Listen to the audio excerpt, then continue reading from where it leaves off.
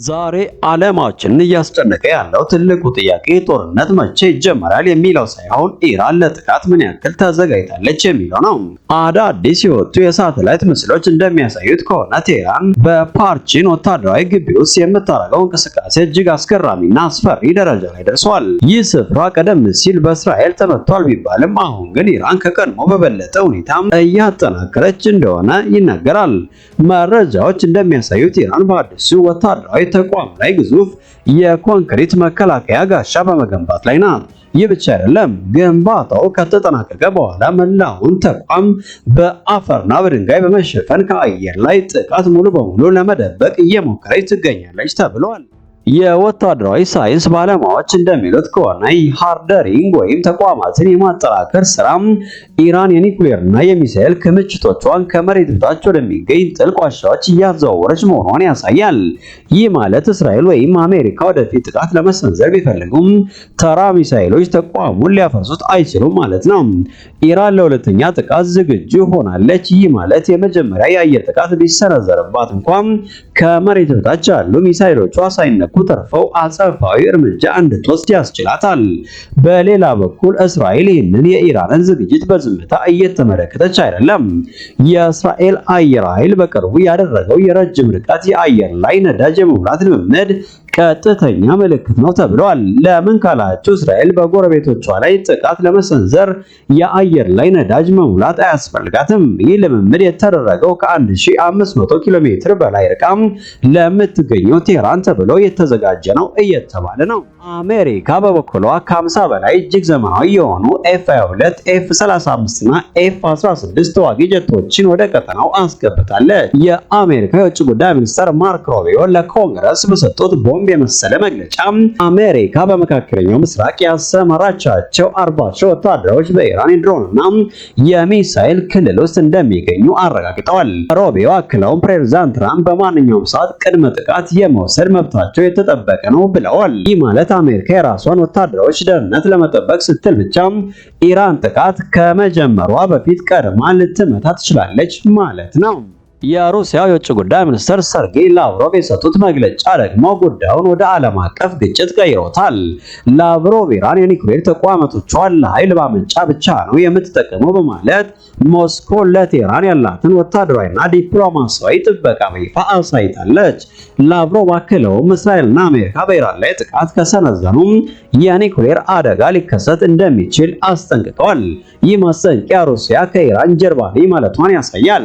በተጨማሪ በኦማን ባህረ ሰላጤ ላይ የሚደረገው ማሪታይም ሴኩሪቲ ቤልት 26 የጋራ የባህር ኃይል ልምምድ ሩሲያና ኢራን አዲስ ወታደራዊ ጥምረት መፍጠራቸውን ያሳያል። ኢራን በባህረ ሰላጤው ላይ የሚሳኤል ሙከራ እንደምታደርግ በማሳወቅ አየር መንገዶችን ዝግ ማድረጓም ቀጠናው በማንኛውም ሰዓት ወደ እሳት ሊቀየር እንደሚችል ትልቅ ምልክት ተደርጎ ተወስዷል። ጦርነቱ በቴህራንና በቴል አቪቭ መካከል ብቻ የሚቀር አይደለም። በሊባኖስ በኩል ሂዝቡላ ትጥቁን እንዲፈታና ከሊታኒ ወንዝ በስተሰሜን እንዲርቅ የቀረበለትን የ4 ወራት ማስጠንቀቂያ ውድቅ አድርጎታል። ሂዝቡላ ሚሳኤሎቻችንን አንፈታም፣ ለእስራኤል አንገዛም በማለት በተጠንቀቅ ላይ ይገኛል። ይህ ማለት ኢራን ብትጠቃ ሂዝቡላ በ10 ሺህ የሚቆጠሩ ሚሳኤሎችን በእስራኤል ላይ በማዝነብ ጦርነቱን ወደ መላው መካከለኛው ምስራቅ ያስፋፋዋል ማለት ነው። የሳተላይት ምስሎቹ አይዋሹም። ኢራን ለረጅም ጊዜ የሚቆይ ጦርነት እየተዘጋጀች እንደሆነ ያሳያሉ። ምሽጎቹን በኮንክሪት እያጠናከረች ሚሳኤሎቿን ከመሬት በታች እየቀበረች ነው። ከሩሲያ ጋር ወታደራዊ ጥምረት እየፈጠረች ነው። በሌላ በኩል እስራኤልና አሜሪካ ጊዜው እያለቀ ነው በሚል ስጋት የጥቃት ቁልፉን ለመጫን ተዘጋጅተዋል። ማርኮ ሩቢዮ እንዳሉት የኢራን የበላይ መሪ ቢወርቅ እንኳ የሚፈጠረው የስርዓት ክፍተት ቀጠናውን ወደ ባሰ ትርምስ ሊከተው ይችላል ብለዋል። አሁን ጥያቄው ጦርነት ይነሳል የሚለው ሳይሆን ጦርነቱን ማን ይጀምረዋል እና መቼ የሚለው ነው።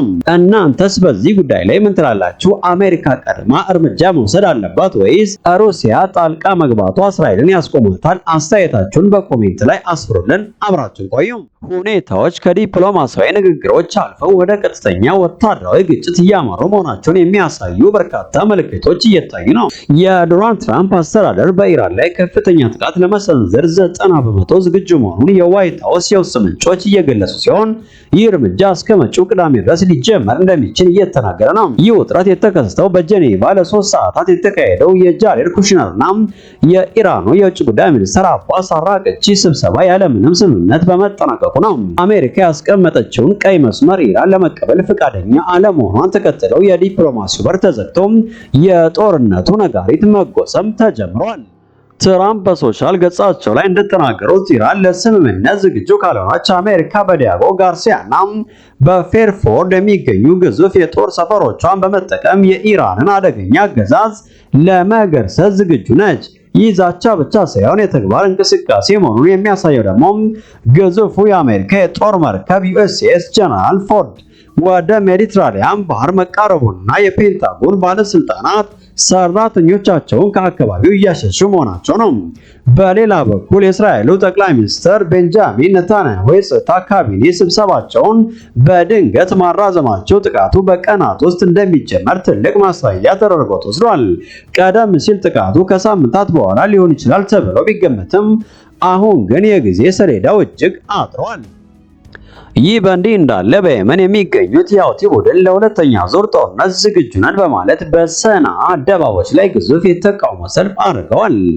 የሁቲው ፖለቲካዊ ቢሮ አባል መሐመድ አልቡሃይቲ አሜሪካ በኢራን ላይ የምትሰነዝረው ማንኛውም ጥቃት ቀጠናዊ ጦርነትን እንደሚቀሰቅስና የሁቲ ታጋዮች እጃቸው በቃታ ላይ መሆኑን በይፋ ተናግረዋል። ይህ ለየመን ሕዝብ እጅግ መርዶ የሆነ ዜና ነው። ባለፈው ዓመት ኦፕሬሽን ራፍ ራይደር በተሰኘ የአሜሪካ ጥቃት 224 ንጹሃን የመናውያን መገደላቸው የሚታወስ ሲሆን አሁንም ያንን አሰቃቂ ትዝታ በዜጎች አእምሮ ውስጥ እያገገመ ነው። ለየመን ንጹሃን ዜጎች ጂኦፖለቲካዊ ቁማር የሞትና የህይወት ጉዳይ ነው። አሁን ረመዳን ሲመጣ የሰንዓ ህዝብ የሚጨነቀው ስለ መንፈሳዊ ጸሎት ሳይሆን ከሰማይ ስለሚዘንበው ሚሳኤል ነው። የአሜሪካ ሚሳኤል ነው ወይስ የሁቲ መቃወሚያ የሚለው ክርክር ለተጎጂ ህዝብ ትርጉም የለውም። ውጤቱ ጥፋትና ሞት ብቻ ነው። የኢራን የኒኩሌር ኃላፊ መሐመድ ኢስላሚ ማንም ከኒኩሌር ማበልጸግ መብታችን ሊያግደን አይችልም በማለት በገነገኑበት በዚህ ወቅት የመካከለኛው ምስራቅ ሰማይ በጦር አውሮፕላኖች ድምፅ ሊሞላ ጥቂት ሰዓታት ብቻ የቀሩት ይመስላል። ይህ መጪው ቅዳሜ ያለ ምን የፖለቲካ አቅጣጫ የሚቀይር ወሳኝ ምዕራፍ ሊሆን ይችላል። ጤና ይስጥልን። ዛሬ ዓለማችንን እያስጨነቀ ያለው ትልቁ ጥያቄ ጦርነት መቼ ይጀመራል የሚለው ሳይሆን ኢራን ለጥቃት ምን ያክል ተዘጋጅታለች የሚለው ነው። አዳዲስ የወጡ የሳተላይት ምስሎች እንደሚያሳዩት ከሆነ ቴህራን በፓርቺን ወታደራዊ ግቢ ውስጥ የምታደርገው እንቅስቃሴ እጅግ አስገራሚና አስፈሪ ደረጃ ላይ ደርሷል። ይህ ስፍራ ቀደም ሲል በእስራኤል ተመቷል ቢባልም አሁን ግን ኢራን ከቀድሞ በበለጠ ሁኔታ እያጠናከረች እንደሆነ ይነገራል። መረጃዎች እንደሚያሳዩት ኢራን በአዲሱ ወታደራዊ ተቋም ላይ ግዙፍ የኮንክሪት መከላከያ ጋሻ በመገንባት ላይ ናት። ይህ ብቻ አይደለም። ግንባታው ከተጠናቀቀ በኋላ መላውን ተቋም በአፈርና በድንጋይ በመሸፈን ከአየር ላይ ጥቃት ሙሉ በሙሉ ለመደበቅ እየሞከረች ትገኛለች ተብሏል። የወታደራዊ ሳይንስ ባለሙያዎች እንደሚሉት ከሆነ ሃርደሪንግ ወይም ተቋማትን የማጠናከር ስራም ኢራን የኒኩሌርና የሚሳኤል ክምችቶቿን ከመሬት በታች ወደሚገኝ ጥልቅ ዋሻዎች እያዘዋወረች መሆኗን ያሳያል። ይህ ማለት እስራኤል ወይም አሜሪካ ወደፊት ጥቃት ለመሰንዘር ቢፈልጉም ተራ ሚሳኤሎች ተቋሙን ሊያፈርሱት አይችሉም ማለት ነው። ኢራን ለሁለተኛ ጥቃት ዝግጁ ሆናለች። ይህ ማለት የመጀመሪያ የአየር ጥቃት ቢሰነዘርባት እንኳን ከመሬት በታች ያሉ ሚሳኤሎቿ ሳይነኩ ተርፈው አጸፋዊ እርምጃ እንድትወስድ ያስችላታል። በሌላ በኩል እስራኤል ይህንን የኢራንን ዝግጅት በዝምታ እየተመለከተች አይደለም።